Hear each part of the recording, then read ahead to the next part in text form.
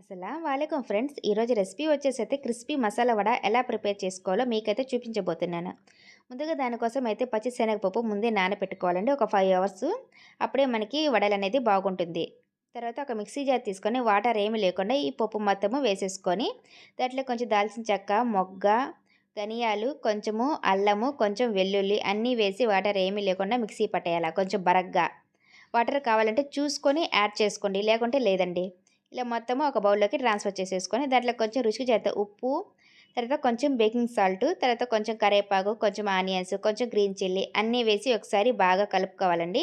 ఇవన్నీ బాగా కలుపుకున్న తర్వాత ఇంకా మనకి డీప్ ఫ్రై సరిపోయేంత ఆయిల్ పెట్టేసి ఆయిల్ బాగా హీట్ అయిన తర్వాత మీడియం ఫ్లేమ్లో ఈ వడలన్నీ చేసుకొని వడలన్నీ వేసుకొని 2 సైడ్స్ అయితే బాగా ఫ్రై చేసేసుకోవాలి. ఆల్రెడీ మన ఛానల్లో వడలు మసాలా వడ కర్రీ అయితే చేస్తున్నాండి. ఎవరైనా కావాలంటే వెళ్ళి చూడండి. మన ఛానల్ని ఎవరైనా ఫస్ట్ టైం చూస్తుంటే సబ్స్క్రైబ్ చేసుకోండి ఫ్రెండ్స్. అలాగే ఒక లైక్